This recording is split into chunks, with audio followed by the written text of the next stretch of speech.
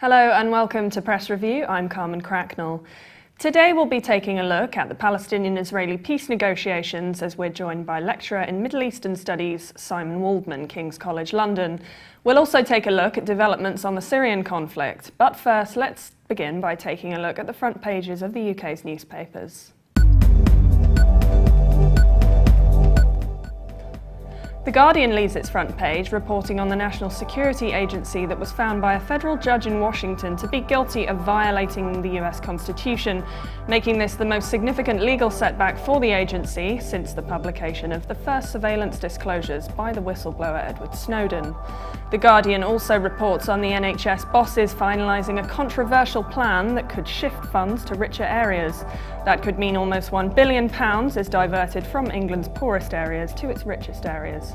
The Guardian front page also features a picture of the Obama family at an event at the National Building Museum in Washington.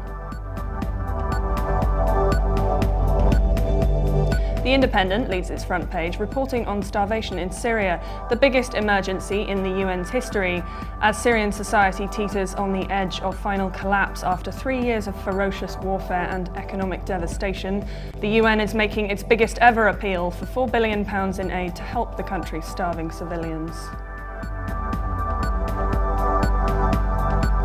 The Telegraph front page features a new study warning that people born in the 1960s and 70s face becoming the first generation since the Second World War who will be worse off than their parents in retirement. The Telegraph also reports on Britain being a magnet for illegal immigrants. Up to 15,000 migrants are crossing the Channel from Calais illegally every year, and the British authorities are hypocrites for failing to tackle the problem, the French town's deputy mayor has said.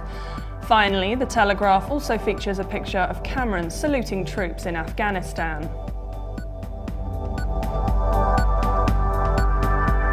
The Times leads its front page reporting on experts claiming that vitamin supplements are almost always a waste of money with no health benefits, after analysing some of the world's most comprehensive research involving 500,000 people. It also reports on David Cameron, who warns that new EU laws could kill off investment in fracking at a critical and early stage. The Prime Minister has warned Brussels in an attempt to protect British industry from red tape. Finally, the Times front page features a picture of a grey seal taking an afternoon nap on the sands at Donna Nook, a natural nature reserve on the Lincolnshire coast.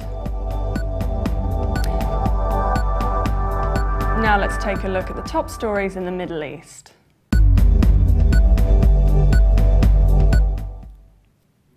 As negotiations continue regarding a Palestinian-Israeli peace deal, let's see what the newspapers are saying.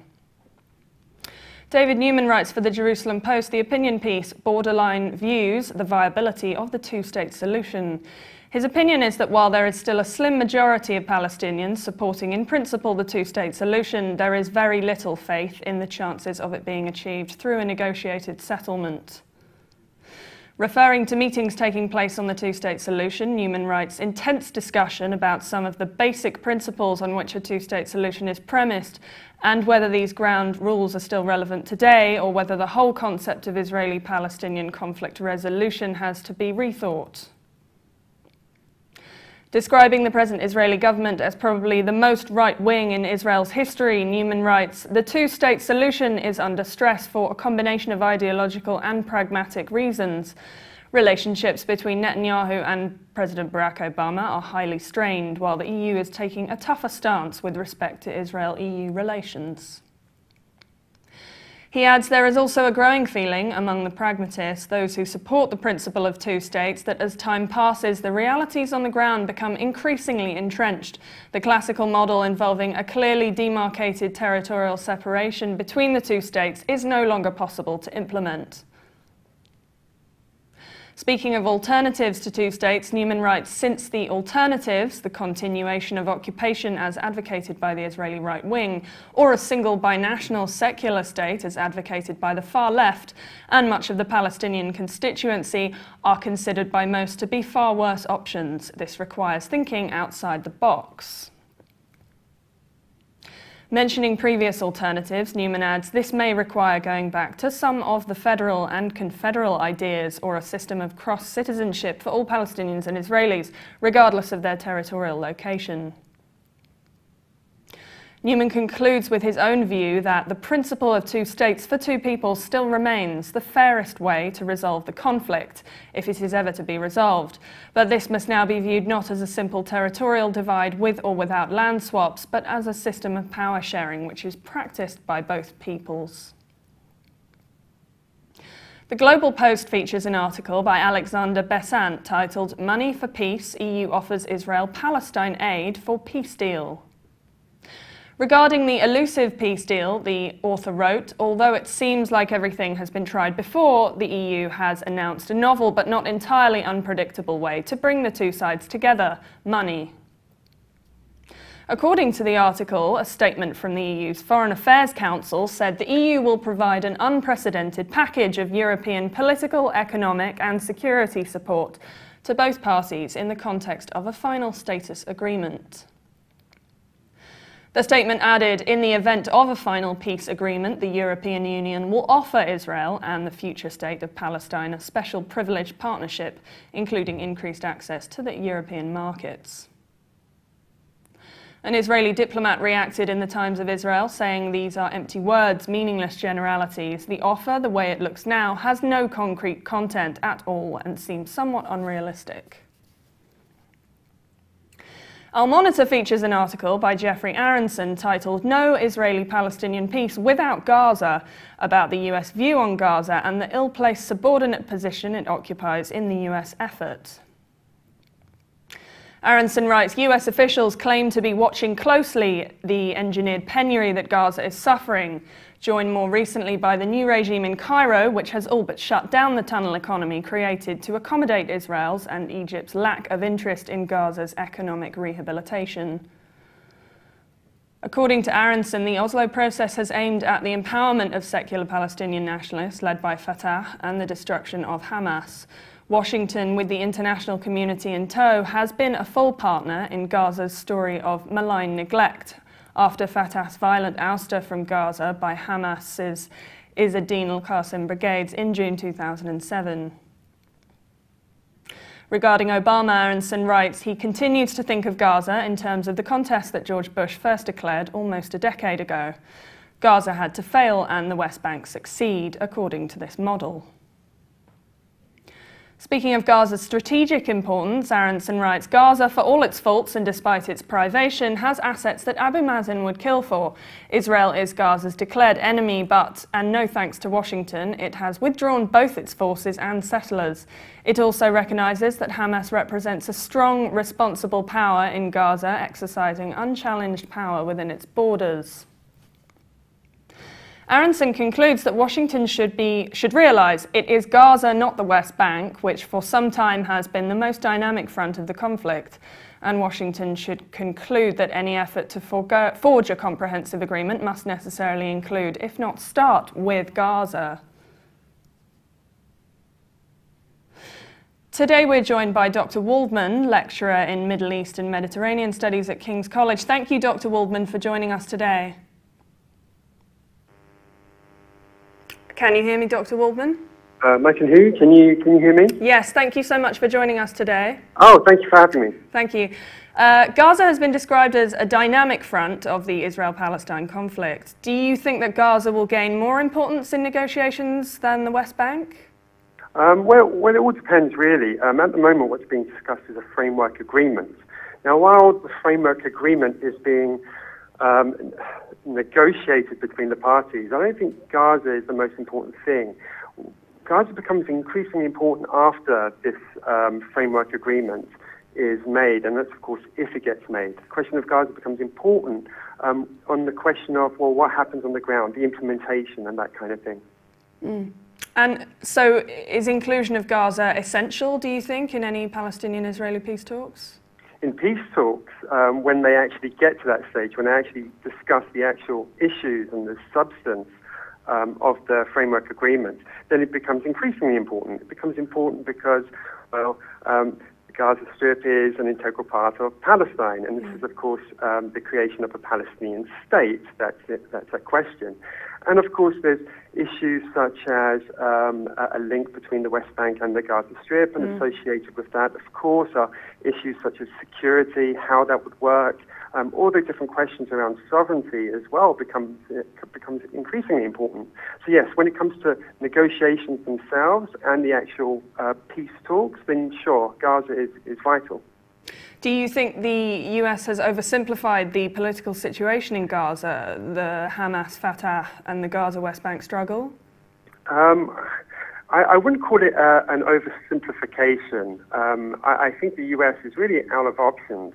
Don't forget, it's Gaza policy. Its policy towards Hamas is something that it inherited from the Bush administration. So the Obama administration is really just continuing what it had before. It's tried various things, certain prerequisites for Hamas to get into the fold, recognition of Israel, agreeing to past agreements made between Israel and the Palestinians, and also cessation of violence and announcing a halt to violence.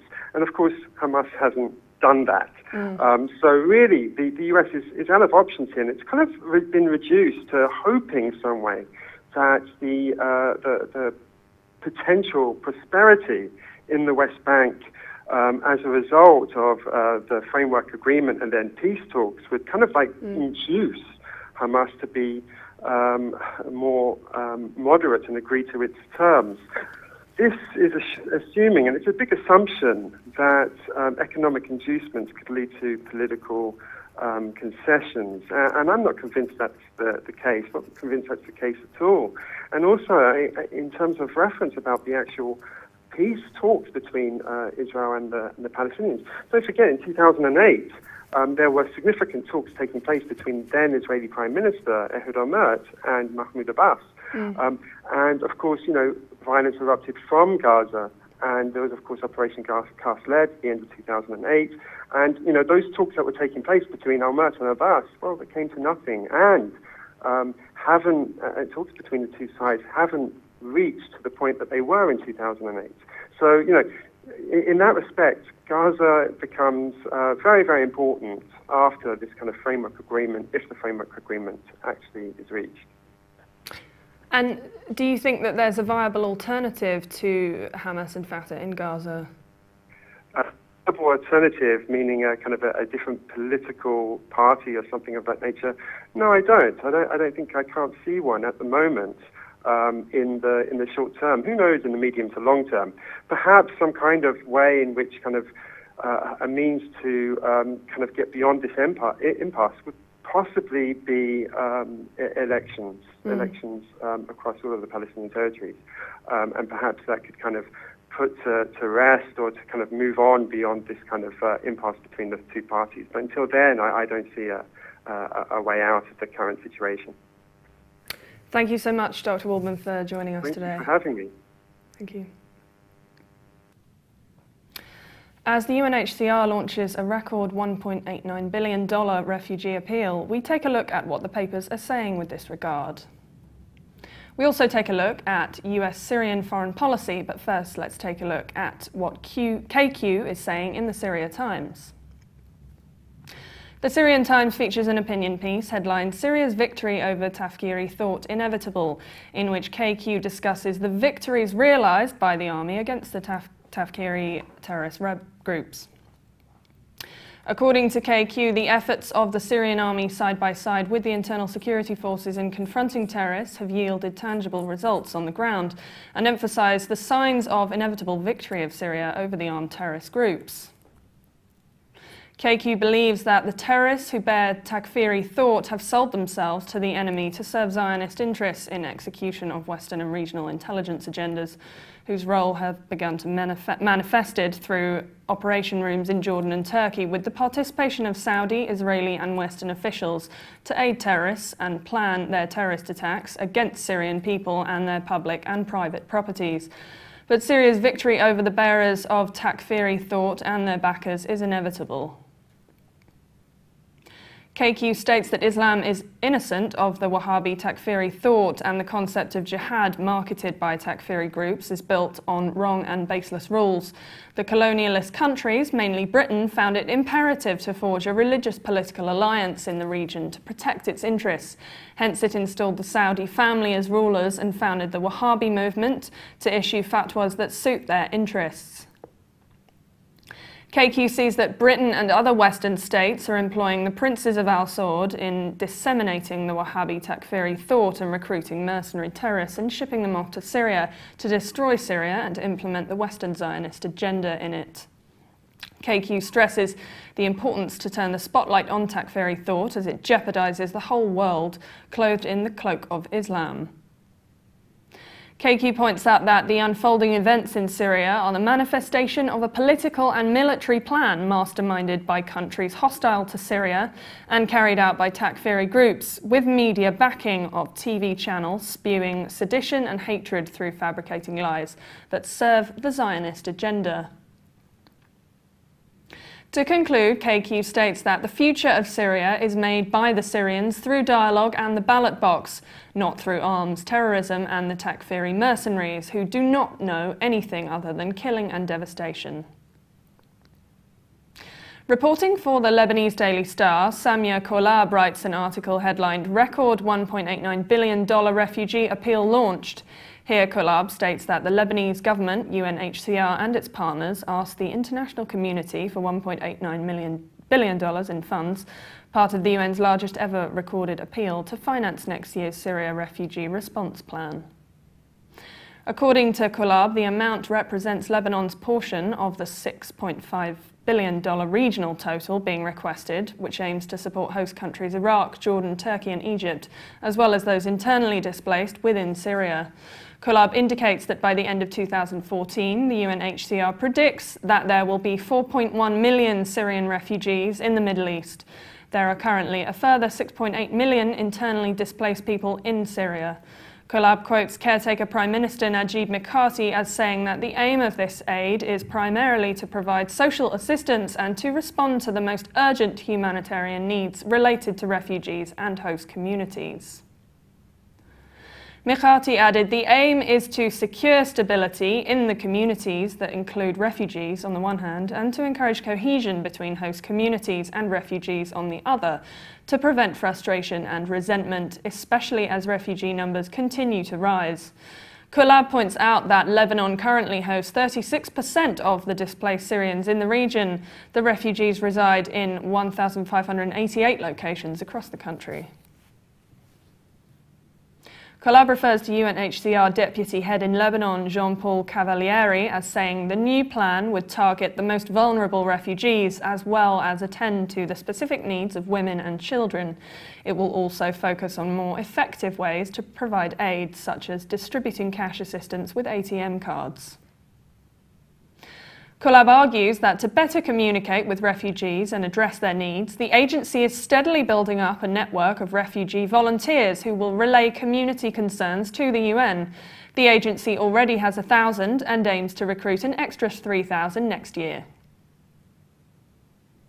To conclude, Kolab cites Doha Kalaban, one of the volunteers working in the North Lebanon district of Akkar, as saying meeting the needs of Syrian families will spare them from having to deal with severe social problems such as child labour.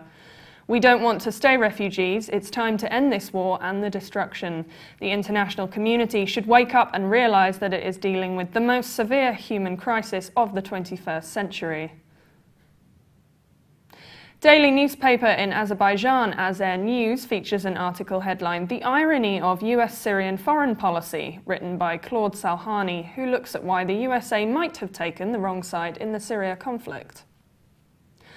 According to Salhani, since US foreign policy decided that helping the Syrian opposition get rid of longtime President Bashar al-Assad was in the national interest of the US, the CIA has been actively training rebel fighters, funneling guns, munitions and money amid frail hopes that the regime would eventually collapse and that the good guys would win and that we would all live happily ever after. Salhani, however, questions whether the US has been successful in doing so. He argues that not all would have lived happily ever after, regardless of who wins. In fact, many are sure not to live at all, and even those who emerge victorious from this conflict. Salhani recalls Afghanistan, saying that at the time the US wrongly assumed that it could recruit the Islamists to fight the communists and then defeat the bad guys, instill democracy, declare victory and leave. That did not work out too well. Then they tried it again in Iraq, where the results were marginally better, which is to say not much.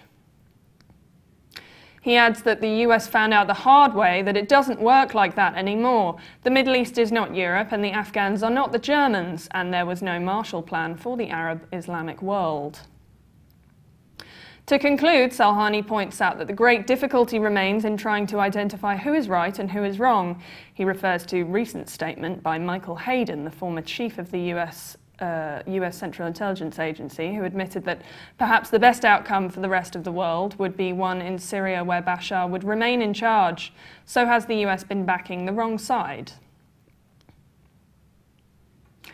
Now let's take a look at the top headlines from international papers.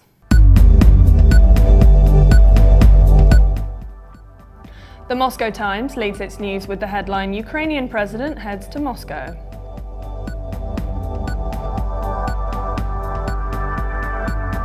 The International New York Times front page leads its news with an article on the House of Lords. As its numbers swell, the chamber is less elitist but harder to manage.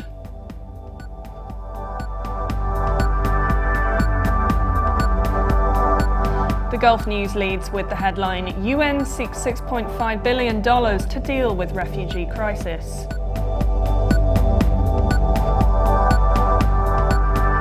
The Global Times leads its news with 6 held after Xinjiang attack.